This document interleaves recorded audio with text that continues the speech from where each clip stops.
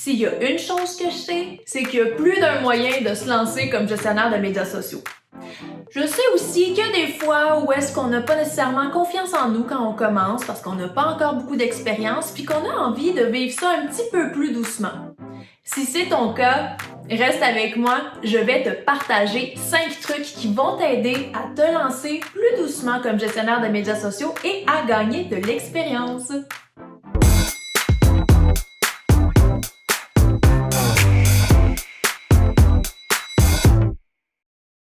Véronique Ovando, fauteur de troubles, mais surtout coach en marketing numérique et formatrice en gestion de médias sociaux.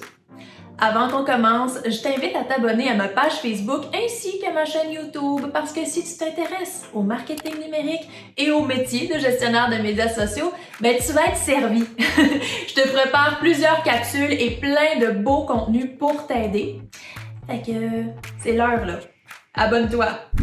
Fait que là, t'as décidé de te lancer, de devenir gestionnaire de médias sociaux, mais tu manques d'expérience, puis c'est quelque chose qui joue un peu sur ta confiance. Je comprends parce que je suis aussi passée par là et j'accompagne des dizaines d'étudiants à chaque année à lancer leur entreprise de gestion de médias sociaux, donc je sais un peu comment tu peux te sentir. Il faut dire que se lancer dans un milieu aussi compétitif que la gestion de médias sociaux et le simple fait de se lancer tout court à son compte, ça représente un défi. Puis il y a des fois où est-ce que quand on commence, il y a même certaines personnes qui se sentent même pas à l'aise de charger au début. Donc on va travailler ça, vous allez voir. Avant de te partager mes 5 trucs, il y a juste quelques réflexions que j'ai envie de te partager aussi et j'espère qu'elles feront leur petit bonhomme de chemin entre tes deux oreilles. Parlons de peur et de syndrome de l'imposteur, voulez-vous? En fait, c'est simple. Je sais que quand on est sur le point de faire quelque chose de nouveau, quelque chose qu'on n'a jamais fait, ben on peut avoir peur. Puis ben dans un domaine professionnel dans lequel on n'a pas encore beaucoup d'expérience, c'est facile d'en plus avoir le syndrome de l'imposteur, avoir l'impression qu'on vaut pas nécessairement l'échange ou la transaction qu'on peut avoir avec un client. Si c'est ton cas, je t'invite à avoir une réflexion un petit peu plus profonde par rapport à ça. Parce que je veux juste te rappeler que quand on se lance dans un projet ou quand on fait quelque chose de nouveau, il est normal d'avoir peur. Puis il faut arrêter de voir la peur qu'on éprouve comme un signe qui devrait supposément indiquer si on est prêt ou pas. Parce que c'est pas le cas.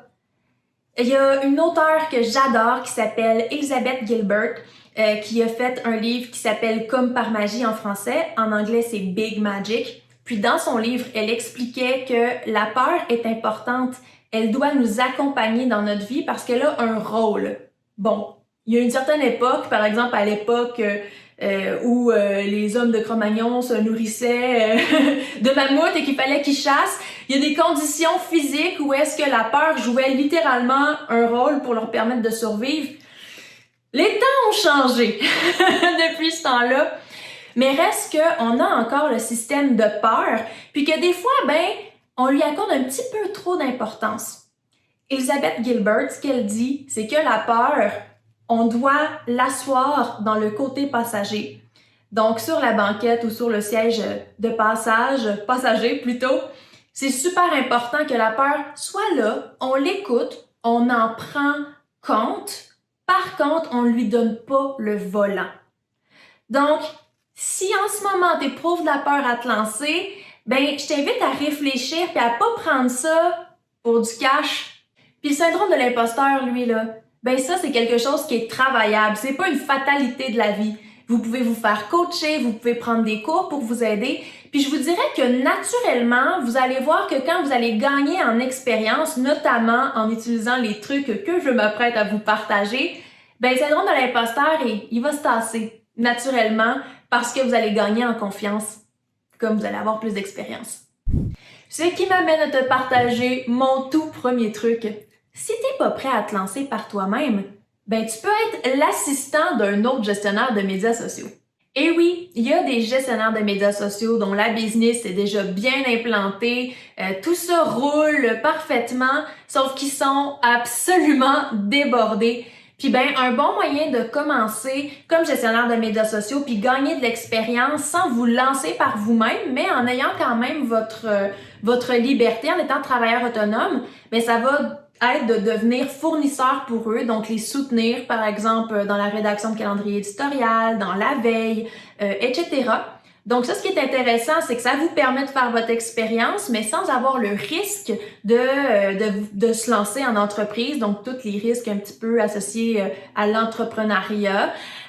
Puis vous n'avez pas à courir après les clients parce que ben c'est le gestionnaire de médias sociaux avec lequel vous collaborez qui s'occupe de tout ça. Donc c'est vraiment une option qui est très intéressante. Ah, puis un autre point que je voulais souligner avant qu'on passe au truc suivant, c'est que ce qui est intéressant quand on travaille comme ça avec un gestionnaire de médias sociaux dont la business roule déjà, c'est que finalement, vous allez vous retrouver à apprendre beaucoup de cette personne-là parce qu'elle a plus d'expérience, donc veut pas, elle va aussi vous enseigner comment ça fonctionne dans le milieu, donc c'est vraiment à ne pas négliger. Mon deuxième truc pour t'aider à te lancer comme gestionnaire de médias sociaux de façon plus douce, tout en gagnant de l'expérience, ben ça va être de te lancer dans un projet personnel. Qu'est-ce que je veux dire par là? En fait, c'est tout simple. C'est qu'il y a des fois où est-ce qu'on peut avoir des prétextes. En fait, on peut se créer des prétextes pour avoir une page Facebook ou des médias sociaux à animer. Par exemple, pendant que j'étais étudiante, je savais que je voulais apprendre la gestion de médias sociaux, entre autres. Je savais aussi que je voulais apprendre comment gérer WordPress, comment utiliser WordPress. Et ce que j'ai fait, c'est que j'ai cofondé un blog qui s'appelait Les Rocs à Louve. Et dans ce blog-là, en fait, de par le rôle que j'avais de cofondatrice puis d'administratrice, ben j'ai eu justement à animer les médias sociaux pour mon blog. J'ai eu, dans ce cas-là particulier, je voulais apprendre WordPress, donc j'ai pu le faire en configurant moi-même tout ça, tout le blog. Donc c'était super intéressant parce que ça m'a fait gagner énormément d'expérience. Puis moi, je trouve qu'un des avantages d'utiliser un projet comme ça personnel, ben c'est que oui, on gagne de l'expérience, mais on le fait en toute liberté. Donc, on n'a pas de personnes qui vont nous dire qu'est-ce qu'on doit faire ou pas. Non, on décide qu'est-ce qu'on fait, puis on peut explorer comme on veut. Un autre point vraiment cool de ce truc-là, c'est que c'est moins grave de faire des erreurs. Dans le sens où, bon, on espère faire le moins possible d'erreurs, disons ça. Parce que je veux pas dire jamais, c'est sûr qu'on en fait, ça fait partie de la vie. On est des humains, on fait des erreurs. Néanmoins, c'est le fun de savoir que pour votre projet personnel, ben si vous faites des erreurs, il n'y a pas vraiment d'enjeu catastrophique. Il n'y a rien qui va exploser. Vous ferez pas de tort à personne, sauf peut-être à vous. Mais c'est moins stressant. Le dernier avantage de ce truc-là, ben c'est en fait qu'il y a très peu de risques. Dans le sens que vous pouvez choisir un projet donc qui devient votre prétexte pour faire de la gestion de médias sociaux puis du marketing numérique. Et ben vous pouvez choisir quelque chose qui a peu de risques. Donc par exemple peut-être une petite entreprise de savon. J'ai une de mes étudiantes à la formation Devenez gestionnaire de médias sociaux qui fait ça. Elle a une entreprise de savon. Puis ben elle s'exerce entre autres avec sa petite entreprise.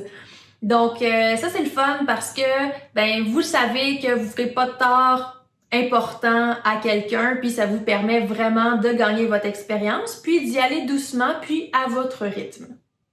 Il est l'heure du truc numéro 3 et il s'agit de l'échange de services. C'est quoi un échange de services? Ben en fait, c'est une entente que vous aurez avec une entreprise, puis ben vous allez carrément échanger vos services. Donc vous allez faire leurs médias sociaux, puis en échange, eux autres, ben ils vont faire le service qu'ils font ou vous offrir des produits qu'ils produisent dans leur entreprise. Ce qui est intéressant avec cette option-là, c'est que tu vas travailler sur des vrais cas, puis des entreprises en fait qui ont pas du tout rapport avec tes projets personnels, puis ça va t'obliger, tu sais, il va y avoir des règles, il va y avoir des balises à respecter. Donc ça aussi c'est intéressant, tu sais, travailler librement, c'est le fun. Mais c'est le fun aussi de travailler avec des contraintes puis de voir comment vous allez être capable de gérer tout ça. Donc ça, c'est un des avantages. Puis l'autre avantage, ben, c'est nécessairement que en faisant des échanges de services, vous allez gagner beaucoup d'expérience. L'affaire avec les échanges de services, c'est qu'il faut absolument respecter certaines conditions de la part des deux camps pour que les choses se passent bien, parce que ça peut facilement déraper. Un des problèmes qu'on rencontre souvent avec les échanges de services, c'est en fait que vu qu'il n'y a pas de transaction financière, il y a certaines personnes qui vont pas donner leur 100%. Et je sais que c'est choquant qu'est-ce que je te dis là, puis je sais que peut-être que toi tu te dis « Ah non, moi je travaille bien, je vais donner mon 100%. » Je suis passée par là et j'ai réalisé en faisant les échanges de services que non, c'est pas vrai, je donnais pas mon 100%.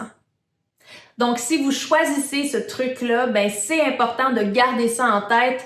Je vous le jure. Je sais que là, peut-être que j'ai l'air extraterrestre en vous disant ça, là, puis que vous vous dites que ça vous arrivera pas, là, mais ça arrive vraiment souvent. Je dirais pas tout le temps, là, mais vraiment souvent. Es-tu prêt à dealer avec ça? Si tu choisis ce truc-là, ben j'ai 3 recommandations pour toi. La première, c'est de pas être trop généreux. Quand on commence, on veut donner notre 110%, puis je te le dis, tu vas probablement faire cette erreur-là quand tu vas commencer, à moins que tu écoutes mes conseils. Mais de manière générale, c'est quelque chose qu'on fait. On est vraiment trop généreux, fait qu'on va dire à la personne, dans le fond, on va juste donner vraiment beaucoup trop versus qu'est-ce qu'elle va nous redonner. Faites attention à ça parce que ça peut vous coûter cher. Ensuite, essaye de pas trop en prendre. Je sais que c'est tentant quand on commence, on veut partir en Lyon, puis on veut faire notre expérience, donc on se dit bon, je vais faire quelques échanges de services parce que c'est avec ce truc-là, par exemple, que je suis à l'aise. Mais le problème, c'est que si vous en prenez plusieurs, mais ça vous empêche de vous développer puis de développer votre business pour finir par avoir des clients payants. Donc, c'est très important de considérer ça parce que si vous avez trop d'échanges de services, vous n'aurez pas l'énergie qu'il vous faut puis la drive pour pouvoir justement continuer à évoluer, ça risque de vous freiner. Enfin, assurez-vous d'être très, très, très, très, très clair sur ce qui va être compris en fait dans l'échange de services. Parce que trop souvent, on prend pour acquis que la personne avec qui on fait l'échange a les mêmes valeurs que nous ou a les mêmes perceptions que nous. Ou des fois, c'est pas juste une question de perception ou de valeur, des fois, c'est une question de moyens. Des fois, la personne, elle a pas les moyens, même en échange de services, d'égaler ce qu'on aurait à lui offrir. Et ça, c'est vraiment important, en fait, de mettre sur papier et de mettre au clair qu'est-ce qui va être compris clairement, qu'est-ce qui va être offert par chacun des camps. Puis ben après ça, si y a un des deux camps qui peut pas en offrir autant que l'autre, il y a des fois où est-ce que l'entente peut fonctionner quand même parce que vous décidez ensemble que c'est correct. Puis la personne, dans le fond, qui va en donner plus que l'autre est à l'aise avec ça, ou bien va tout simplement diminuer son apport dans l'entente pour égaler. Donc, ce qui est important, en fait, là, c'est pas juste que les choses soient claires, c'est surtout qu'il n'y ait pas de non-dit. Il faut que tout le monde soit à l'aise avec l'échange et il faut que tout le monde sache exactement la nature de l'échange puis qu'est-ce qui va être compris et ou pas. Ceux et celles qui sont de nature généreuse vont particulièrement aimer mon truc numéro 4, peut-être un petit peu trop. Et c'est le suivant, aider de manière gratuite quelqu'un de votre entourage. Ce qui est intéressant avec cette option-là, c'est que, premièrement, vous allez gagner de l'expérience, ça c'est sûr. Mais deuxièmement, vous aidez quelqu'un, puis probablement que vous choisirez, si vous choisirez un projet ou une entreprise de votre entourage, quelque chose qui vous inspire, des personnes que vous avez envie d'aider, que vous avez envie d'encourager. Donc ça, c'est toujours plaisant. Maintenant, attention, parce que ça aussi, ça peut vraiment déraper si les choses ne sont pas mises au clair dès le début. La première des choses que je t'invite à mettre au clair, c'est la durée du mandat.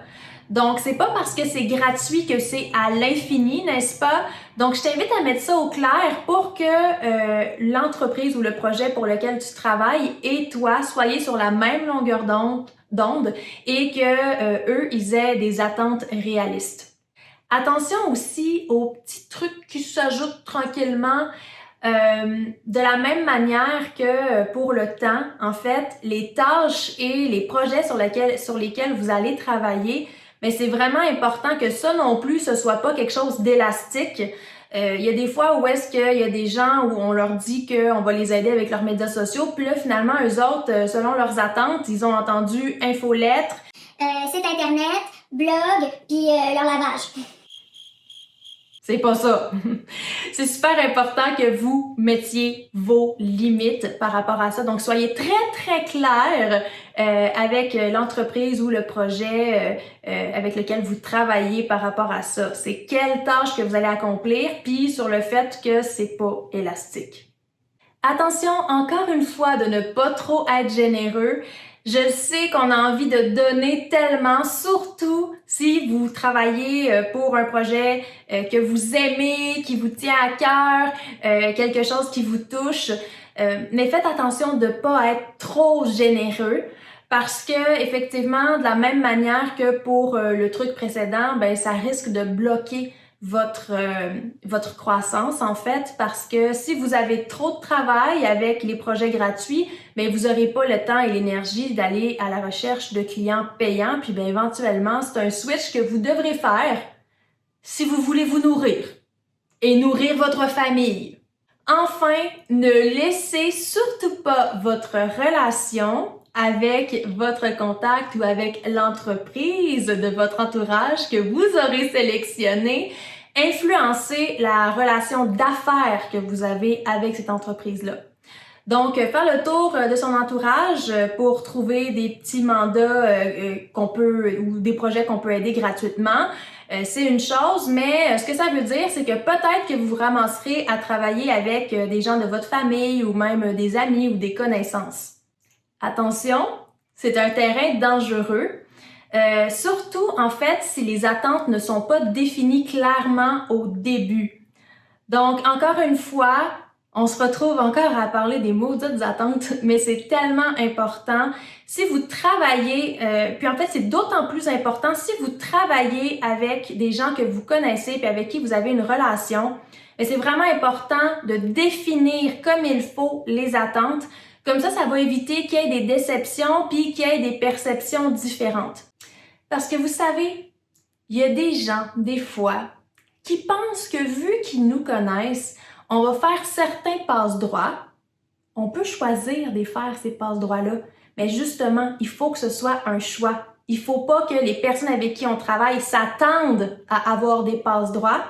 Puis, il y a des choses, des fois, qui pensent qu'on va tolérer parce qu'on les connaît bien, puis parce qu'on a déjà une belle relation. Et ça aussi, il faut juste que ce soit clair dans le fond, pour éviter qu'il y ait un décalage, disons, entre les attentes des personnes et ce que vous êtes prêt à offrir et à tolérer de votre côté. Point numéro 5, travailler en agence. Si vous connaissez un peu mon parcours, vous savez que j'ai eu l'opportunité de travailler dans une agence de marketing numérique et ça m'a permis de gagner beaucoup d'expérience. Ce qui est vraiment intéressant avec les agences aussi, c'est que vous risquez de travailler sur des mandats d'une certaine envergure. Donc ça, c'est vraiment le fun aussi.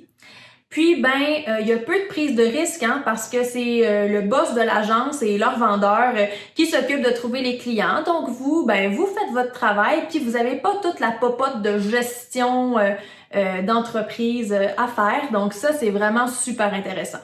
Mais moi, mon point préféré dans le fait de travailler en agence, c'est que vous allez avoir la chance de faire vos erreurs avec l'argent de quelqu'un d'autre qui est assez solide pour pas que ce soit trop stressant ou qu'on se sente trop mal de faire les erreurs qu'on fait. Là, je suis pas en train de vous recommander de saboter votre travail en agence, c'est vraiment pas de ça qu'il est question. Ben c'est juste que c'est un fait. Ce qui est intéressant, c'est que les erreurs que vous allez faire, mais c'est pas vous, c'est pas votre entreprise qui va payer financièrement pour ça. Donc, quand vous êtes dans une période d'apprentissage intense, ce qui est le cas quand on commence, ben c'est intéressant de travailler dans un système où est-ce que justement on peut faire des dommages, mais à nous tout seuls, il y a peu de chances qu'on fasse tomber, mettons, l'organisation, là, tu sais.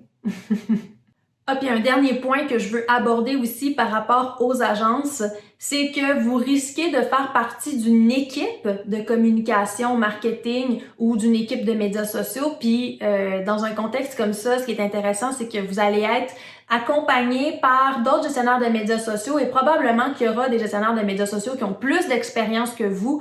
Ça vous apprendra aussi certaines dynamiques de relations de travail en fait, puis certaines dynamiques entre les différents départements. Par exemple, comme gestionnaire de médias sociaux, ben c'est pas vous qui allez faire les visuels dans un contexte d'agence, c'est probablement les graphistes qui vont s'en charger. Donc, tu sais, toute la dynamique de comment est-ce que l'information est partagée d'un employé à l'autre, puis la livraison, comment ça se fait. Et c'est toutes des choses que vous allez pouvoir étudier pendant que vous êtes en agence. Donc, vous allez pas seulement apprendre par rapport à votre métier, mais vous allez aussi apprendre par rapport aux dynamiques internes, les processus et la gestion de l'entreprise en tant que telle. Maintenant, il y a juste 2 petits avertissements que je tiens absolument à te faire si tu choisis ce truc-là, si tu choisis d'aller te faire de l'expérience en agence de communication. Le premier point, c'est de faire attention aux horaires et à ton implication en termes de temps au sein de l'agence. Malheureusement, les agences, c'est souvent des milieux qui vont être très axés sur la performance, puis dans lequel le fait de trop travailler est souvent glorifié et le fait de travailler des heures supplémentaires. Donc, vous allez voir que il y a des fois où est-ce que c'est pas comme ça dans toutes les agences, mais je dirais que le milieu est pas mal comme ça. Il y a des fois où est-ce que on glisse là-dedans, malheureusement. Moi, ça m'est arrivé. Et on finit par, à un moment donné, se réveiller, se demander pourquoi on est fatigué, pourquoi est-ce qu'on fait autant d'erreurs qu'on en fait, pourquoi est-ce qu'on n'est plus aussi sharp, aussi allumé dans les stratégies qu'on propose aux clients. Mais c'est tout simplement parce qu'on est fatigué puis parce qu'il y a eu un abus. Il y a eu un abus de temps, on a travaillé trop longtemps à temps supplémentaire. Premièrement, on n'a pas été payé pour ça, ça c'est vraiment plate, c'est vraiment ordinaire. Puis le point numéro 2, c'est que ben à un moment donné, le corps humain a ses limites, tu sais. Puis ben si on n'a pas un moment où est-ce qu'on peut reposer notre tête, puis où est-ce qu'on peut prendre de l'air puis arrêter de travailler, ben malheureusement, ça a un impact sur notre rendement. Donc, il faut faire attention à ça parce que finalement, si on embarque dans cette roue-là sans fin, ben c'est pour tout le monde que ça va être pénalisant, même pour l'agence, parce qu'on va devenir moins performant, puis ben c'est eux finalement qui ont l'air moins performants quand nous on l'est moins aux yeux de leurs clients. Le dernier point, et non le moindre, c'est de faire attention au piège du confort. Parce que vous allez voir que quand on décide de travailler en agence, ben ce qui est le fun, c'est qu'on a une belle stabilité, on a un salaire qui rentre à toutes les 2 semaines ou dépendamment de comment c'est organisé. Donc, c'est vraiment super intéressant pour ça. Puis, ben quand on finit par être confortable, des fois, ça devient difficile de se dire « Ah! » puis de se botter les fesses pour se lancer, tu sais, puis dire « Ah, bon, OK, bon, là... » Tu sais, à partir de quand est-ce qu'on considère qu'on a assez d'expérience, puis là, OK, on peut se lancer, tu sais. Je sais que des fois, on peut tomber dans le piège de rester là un petit peu trop longtemps. Et en fait, il n'y a pas de souci. Peut-être que si vous faites ce choix-là, peut-être que vous aurez une période à passer en agence, puis que ça va être super, que vous allez apprendre plein de choses, puis vous passez le temps qu'il faut. C'est juste qu'il faut faire attention de pas devenir tellement confortable que finalement on fait une croix sur nos rêves parce que dans le fond on se laisse emporter dans le tourbillon de la vie puis on est un petit peu en mode automatique puis ben on oublie justement nos rêves à nous. Parce que si tu regardes cette vidéo-là, c'est que tu penses à te lancer à ton compte. Donc, c'est quelque chose qui te tient à cœur. Et c'est important de garder ça en tête, puis d'accomplir ces beaux grands rêves-là que tu as. Fait qu'attention au confort. Et voilà, c'était mes 5 trucs pour t'aider à te lancer comme gestionnaire de médias sociaux de manière un petit peu plus douce, tout en te permettant de gagner de l'expérience. Maintenant, je veux t'entendre. Je veux savoir s'il y a des trucs que t'as aimés ou des trucs qui t'ont fait gricher des dents. Peut-être aussi que t'as de l'expérience avec un des trucs que j'ai partagé. Puis si c'est le cas, puis que t'as envie de le partager à la communauté, let's go! Je t'invite à le faire en commentaire. J'ai très hâte de te lire. Avant de te laisser partir, je t'invite à partager cette vidéo à quiconque que tu crois que ça peut aider et faire réfléchir. Puis je te rappelle de t'abonner à ma page Facebook ainsi qu'à ma chaîne YouTube parce que tu vas voir que je vais te partager plein de super contenus sur le marketing numérique et sur la gestion de médias sociaux. Donc, si ça t'intéresse, tu sais quoi faire. Sur ce, on se dit à la prochaine! Ciao! La prochaine cohorte de la formation Devenez gestionnaire de médias sociaux commence très bientôt. Ça t'intéresse? Rendez-vous au www.voacademy.com/devenez GMS. À bientôt!